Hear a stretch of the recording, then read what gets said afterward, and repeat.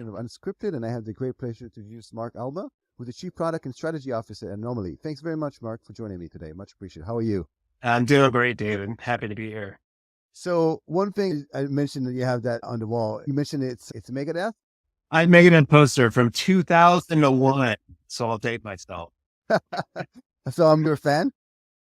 I am. I'm a music fan and I'm pretty eclectic. So I go all the way from Megadeth, Metallica to Bob Marley and classical music. Yeah, I'm in the same boat, actually. It's funny. And I have the same CSSP Bible, that really thick book that I've had that for many years. The one I cracked open 15 years ago. Yeah, same here. We share these. So, Mark, just to provide some clout to our conversation, just walk me through. You have a very senior role in a very successful growing company. Just walk me through just memory lane, how you got to where you are, and then we'll get warmed up like that.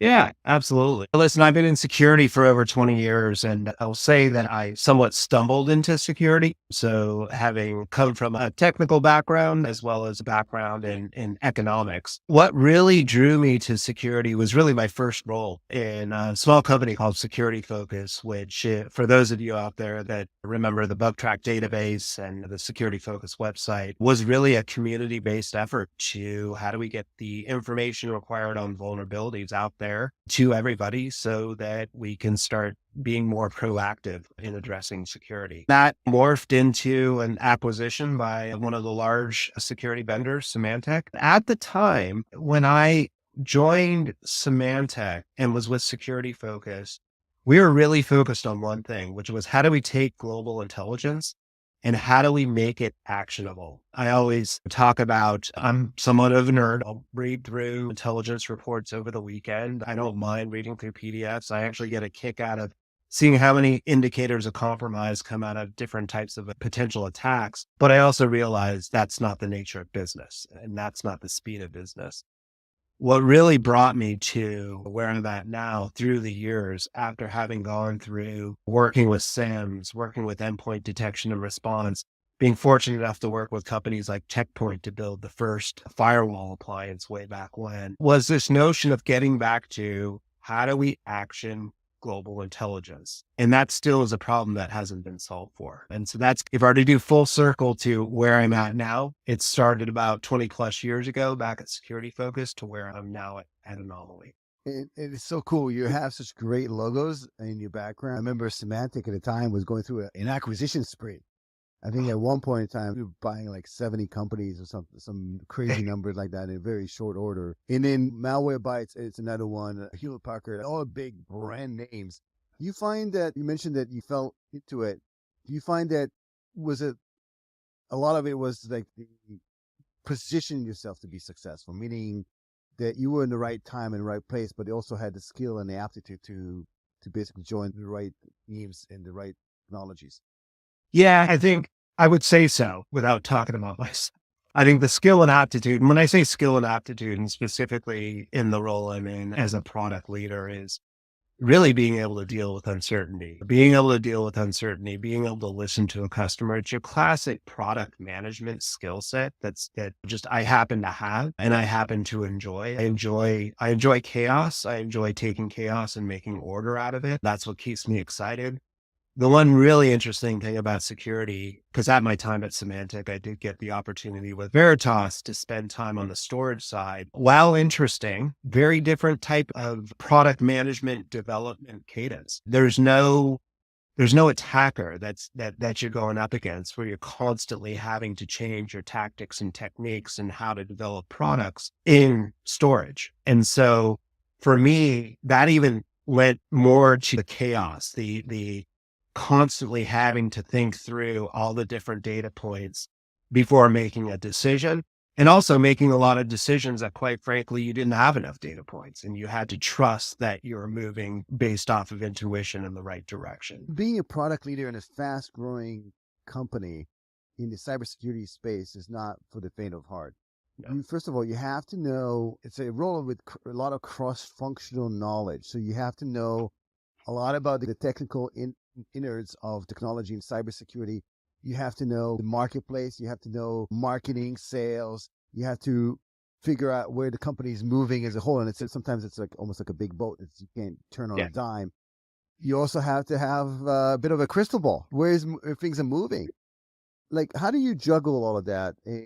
Again, it seems like your background led you to this perfect storm, being in this particular role, to have all functional knowledge from your prior engagement for different software companies. Yeah. Yeah. The technical background is a foundation. It allows you to have the conversations, and that's just a piece of it. People can train to have the technical background and a lot of experience around it. As a trained economist, I am used to looking at all data points. I'm used to looking at data points that you wouldn't typically think through to really gauge the direction that things are going. Behaviors, just what's happening, obviously, on a macro level that's having an impact on behaviors. Some of my favorite research that I've done is actually sitting in a SOC, sitting down and not talking to anybody, but just watching the interaction between functions. And to a certain degree, and I think thankfully a lot of this has gone away, the hierarchy within a SOC, starting with that frontline tier one, just out of college person who's triaging things, all the way to the second level, all the way to the PhDs in the back of the room who may or may not talk to that level one SOC analyst. And obviously I'm blowing this a little bit out of proportion here. But what I really loved about that was you could see the behavior of the people. You could see how they interacted. And most importantly, you could see how their behavior changed as circumstances within the SOC changed. And that really being sort of behavioral analysis of a SOC really gets me going. It gets me thinking about, okay, what are the tools that we can create to improve their lives, to make their lives better? And let's fast forward to what you do today. Big problems are worth solving, right? Yeah. So let's define, for everybody who's listening, let's define first and foremost, what is a threat intelligence? Why is it important to organizations? What are the issues associated, as you mentioned, with the collection of massive amount of data, but then, as you alluded to it, converting into an actionable thing you can take. Yeah. So why don't we do a short primer around that? Yeah, listen, threat intelligence for me is and for those security folks out there, you're familiar with the whole concept of lethal obscurity, or as I like to call it, the ostrich approach to security of sticking your head in the sand. Can't tell you how many times I've been on the phone with CISOs who say, this is fantastic information that you're sharing with me, but plausible deniability is the name of the game. I think that time has passed. And so as you look at threat intelligence, it tells you everything you need to know about the impending chaos. Let's put it that way. It gives you insight into the trends around attackers, the industries that they're hitting, the geographies that they're hitting, the systems that they're hitting. And again, going back to 20 years ago, we had all this information. It was siloed. It was not in the cloud. What's changed is, very simply put, like everything else in the world, compute power is elastic, storage is cheap, advanced analytics and machine learning is now providing meaningful insights. And so threat intelligence, as I said before, it is at the time where it's not threat intelligence for the purpose of academia. It's threat intelligence to, as I like to say, threat intelligence at the point of decision, or threat intelligence at the point of detection, in our case, is the direction that I think the industry is going. In the past few years, we became better at this, right? So, Yeah. Meaning we have now more abilities from various open source intelligence and maybe some custom ones. But then there's also, with that said, there's also an explosion of more and more data that gets fed out from people, from just in general, the volume of data that's out there has exponentially grown. How does Anomaly specifically deal with that? And how do you, as you mentioned, create that actionable? Because again, it's all about potentially you can see something that may or may not provide risk, but the context is everything. Yeah. So how do you, first, the problem of collection, right? To be able to see everything. And then out of that is how do you refine the signal to noise ratio and make sure that what you actually view is actionable to the customer? Yeah. Yeah. Listen, on the collection front, we take an approach. We have very smart architects and engineers that have developed a big data platform where collection is not an issue, in the sense of we want as much visibility as possible. And it actually is even reflected in our pricing strategy, where we don't price based off of the amount of data that you store. We don't price based off of the amount of intelligence that you consume because you need as much visibility as possible. So we've solved for that problem, and it's really a cost problem because, as you said, there is so much data. It's less about how much data you have. It's how much data do you have access to. When you talk about the context, we talk about attacker relevance. Attacker relevance is so important in getting to, as I had said before, using the information that you have in the intelligence, being able to take the context of your environment through things like what's your security posture, what's your capacity with your security controls to actually address an impending threat, and how does that security posture change over time, all the way to a detection, because a detection obviously is that known evidence of an attack in your environment. How do you take that all together to provide not just the SOC analyst, but also the SOC manager, and more importantly, executives with the insight into who are the attackers, who are the attackers that I'm vulnerable to, and then what's changing with them, whether it's a macro global situation all the way to trends that you're seeing with that attacker. How do I track that in a real-time basis to show that when, an attacker becomes relevant to your environment, the alarm goes off. And that's really what we're trying to get towards. With machine learning, with data management that allows you to collect that much information, the machine learning that allows you to refine it, the context, very simply put, it's a dashboard that says, do I care about this attacker or do I not care about this attacker? And that could mean at night and day, right? So if we distill it, for example, for a similar example, if somebody tries your front door, right? And you can hear they're trying to jiggle it, they leave.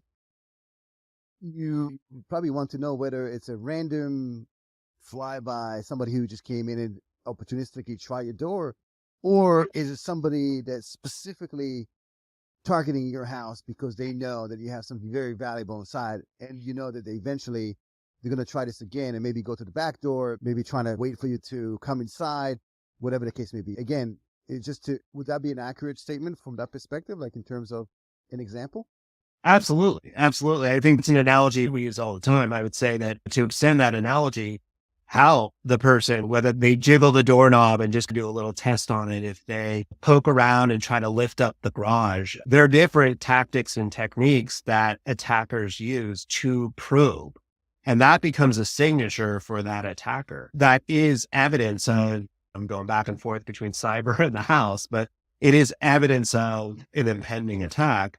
The other thing that's really important is, what has the attacker taken? So we talk a lot about external attack surface. What are the servers that are exposed?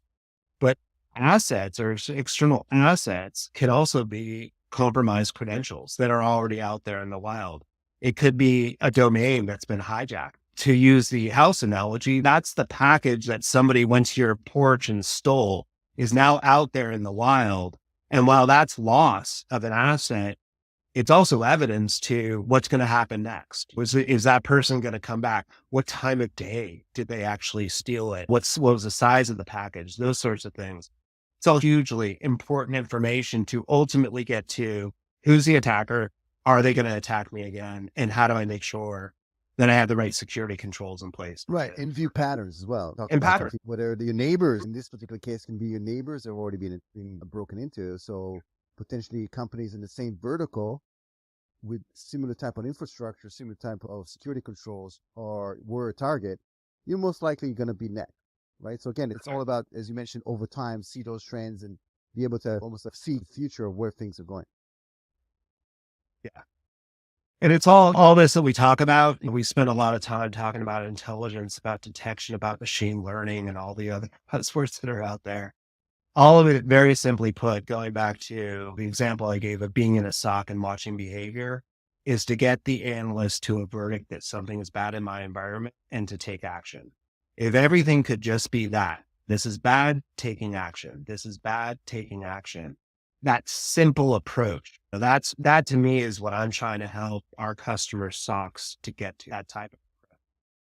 And now, if a few years back, this type of intelligence, this type of services, technology was reserved to the elite in the Yeah. sense that those companies that would say the top 5% of financials and so on.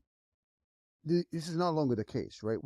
Everyone has to do this. This is not an option, really. It's almost like given that while you monitor the inside of your company, you also have to do a 360 view of what's happening on the outside. Yeah.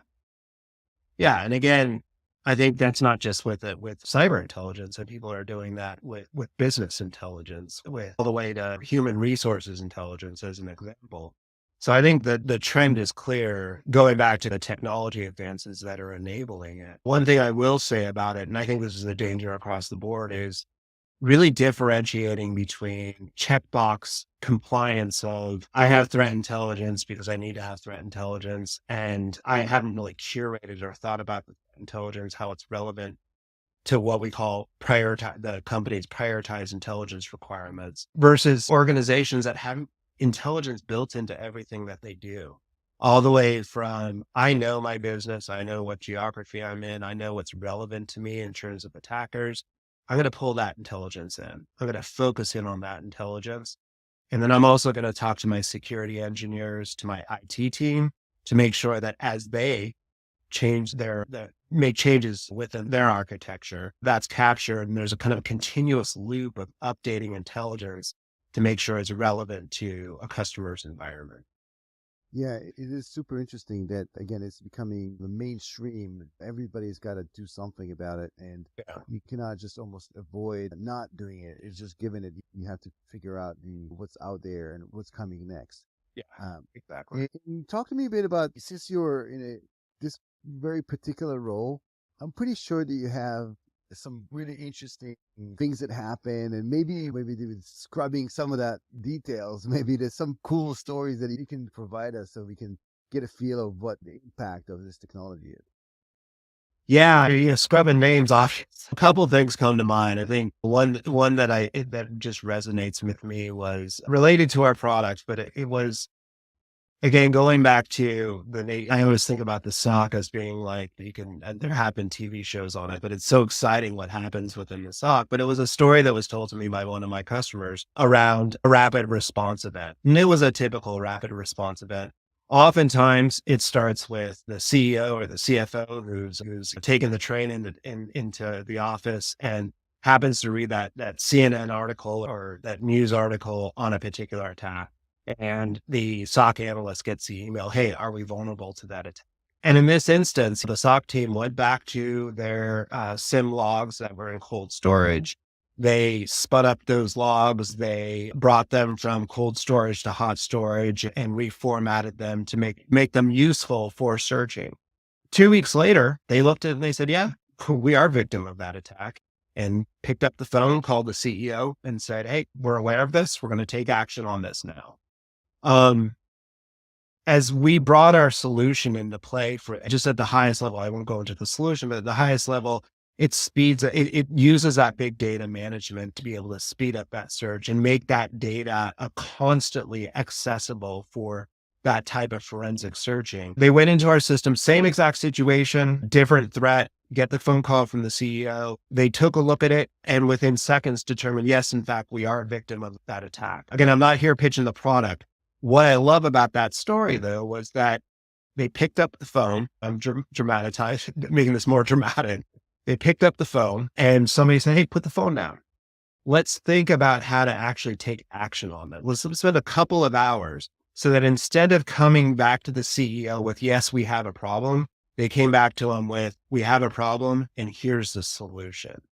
And that to me was just a great illustration of how you can actually use technology to not only advance the business, but think about the SOC analyst. That SOC analyst became a hero. That SOC analyst came back with a solution and not a problem. And that is a huge relief to the cybersecurity professionals and executives that had to report on it. It's a night and day difference between saying we have an issue, but we have an issue and we have a solution. Yeah, CEO, you can go back to running the business. Yeah, absolutely. That's right. And tell me, since you ingest massive amount of data on a day-to-day basis, and keep that for a long period of time, do you have an ability to view and almost become, if you call the movie Minority Report, where, and you know where I'm going with this, where they knew before the crime get committed, who's going to commit it. Almost have a, like a vision into the future of what's happening. Yeah, I mean, we probably reference Minority Report on a daily basis within the product team at Anomali. And then there's always that kind of a hand waving of, we want that type of dashboard. The answer is yes. We need to get to that predictive nature of an attack. I think we're not necessarily there yet. I think we've gotten to the point where we have the data. It's really around, how do you get to the machine learning that refines all the variability of that data to get to the predictive nature of it? We can at the highest level. So for example, we can tell things, obviously, if we're seeing trends within common characteristics like geography, industry, et cetera, the things that I mentioned before, we can track that. But there are other things that, based off of kind of common sense or based off of our intuition, haven't necessarily played out. And the example I'll give is, we're all familiar with this, but when the war in Ukraine started, everybody said flat out, wait for the cyber attacks. We saw some cyber attacks. They followed the same pattern as before. Cyber attack happens before a kinetic attack. But what we didn't see was the widespread attacks coming out from the Russian government.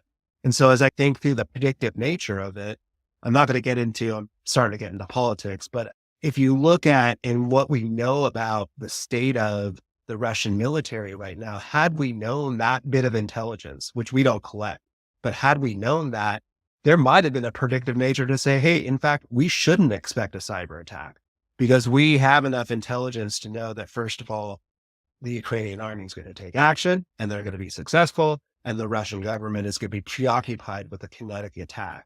And so as I think about information, it's like, how do we pull that information in? How do we build more of that into our predictions? And Mark, I'll mention this conversation has been completely unscripted. So you're doing phenomenally well just getting tackled with these questions. So in the Minority Report thing, I just had to plug that in.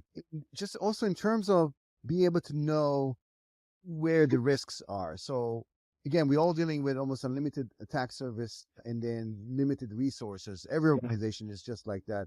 So the ability to plan ahead and know where your weak spots or know where the trends are to divert the resources towards that is also super valuable, right? Do customers use Anomaly to figure out where are the areas that they need to strengthen and become more resilient? Absolutely. Absolutely. And the risk is obviously, I guess I'll say subjective. It's subjective to an organization. What is your risk tolerance? And to really understand risk, the first thing you need to understand is what's your potential, the probability of attack. This starts getting into the exposure management piece of it, is where am I vulnerable? And where am I vulnerable at any given time? Because obviously that changes over time. Our focus is really helping our customers get to that baseline and understanding that, and then taking in the business information aspect of it. And again, this starts to get to, what industry am I in? What's the potential for attack? And then also, what is the nature of my digital estate, as we like to say? So am I supporting remote workers who, should there be discontinued operations, means that they're not going to be able to do email for a day? Or am I running a factory floor that, should there be discontinued operations, I'm losing $50 million a day? All that information needs to be taken into account. And this is really what we do at Anomaly, to be able to understand, what is my risk? What's my risk threshold? And then how does that risk change as attackers change tactics? As users change behavior as well, we move from one region to less risky region and back and forth. So that's really all part of the equation. Yeah, super interesting. And as Anomaly develops and add on capabilities, you also play well with others. You create partnerships. You also understand that you don't live in a bubble, in the sense that customers require you to operate with other technologies as well to add additional value. Can you actually just describe what that looks like, the partnership program, and how do you work and how do you add more and more capabilities over time? Yeah, absolutely. We are a platform, and we have over 240 integrations into the platform with what you would expect around SDKs and APIs, which make it really easy for partners and customers to integrate into the platform. Very simply put, our goal with the platform is to make sure that we're plugging into all the pre-existing security investments that our customers have made.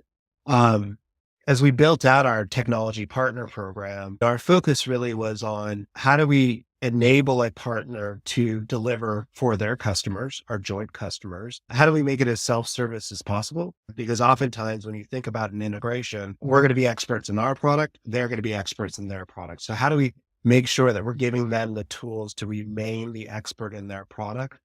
And then finally, as we built out the program, it's also recognizing the level of resources that various organizations, various vendors are going to want to apply to the partnership itself. And then making sure, and I think this starts to speak to the go-to-market aspect of it, that the commitment made to the customer, to the integration, to the technical aspect of it is also supported by the go-to-market aspect of it. So how much marketing investment do both companies make? How much sales involvement and account involvement is there? And that's really the focus of our technology partner program, to align all those pieces around a premier set of partners that have all the tools that they need, all the way to individual customers who just want to do it on their own, not have to go through a formal program. Yeah, it's incredible. There's so many moving parts. Yeah. For this, when you think about it, and you have, I guess, a tremendous role to figure things out where the pieces are. Quite an intensive role. Last thing I'll mention, and I'll ask you, what's next for Anomaly? Doing certain things really well, and you've expanded the platform, added additional capabilities. Anything you can, maybe describing some of the major details, but anything else that comes down the pipe that makes you be like the next generation or be very competitive towards the marketplace? Yeah, there's been a progression. I've been in the industry long enough I can talk about progressions over time. There's been a progression that I've seen over the last few years, from starting out with antivirus, where you have signature-based rules to detect a threat, all the way to we don't know what the threat is. We're going to monitor for it. We're going to look at events. We're going to do the analysis. What I'm seeing is, back to all the technology advancements that we were talking about earlier, we are now moving back to, I won't call it signature based, but I'll speak to better behavioral detection, better overall kind of multi-layer based detection to get to a verdict that something is bad. What really excites me about Anomaly and about the partners that we work with is we're all focused on how do we go back into security operations and provide them with the tools to execute on the use cases that they're focused on, which again is detect quickly, get as much context as needed to be able to respond to the attack, and then spend the time predicting what the next stages of the attack are to increase your security posture. What I love about the market right now is there's no one solution that's delivering on that. There's this next-gen SIEM, there's XDR, there's SOAR, there's threat detection, TDIR, threat detection and response solutions. It's all starting to coalesce together around those very specific use cases that security operations teams are telling us. And I think Anomaly is really well in the platform that we built to be able to deliver on each of those pieces in a very simplistic way. Yeah, that was an absolutely amazing conversation, Mark. Thank you very much for joining me today. I hope this was very helpful for the people that wanted to get a glimpse of your world and what you do, as well as the nerds of Anomaly and its future, where it's going. Before I let you go, what's the easiest way for people to reach out to you and learn more about what you do, what Anomaly does, and so on? Reach out to me on LinkedIn, Mark Alba at Anomaly. You'll be able to find me there. I'm on Twitter at The Real Mark Alba, which is a little bit of a joke. I didn't want to look at when I got my Twitter handle, but that's what it is. And feel free to reach out to me over email as well. It's malba@anomaly.com. Fantastic. Mark, thank you very much for joining me today. Much appreciated. Looking forward to seeing where you go next and where the company goes. And until then, thanks for all those who joined us today. Much appreciated. See you at the next episode. And until then, stay safe online as well as offline. I'll see you next time.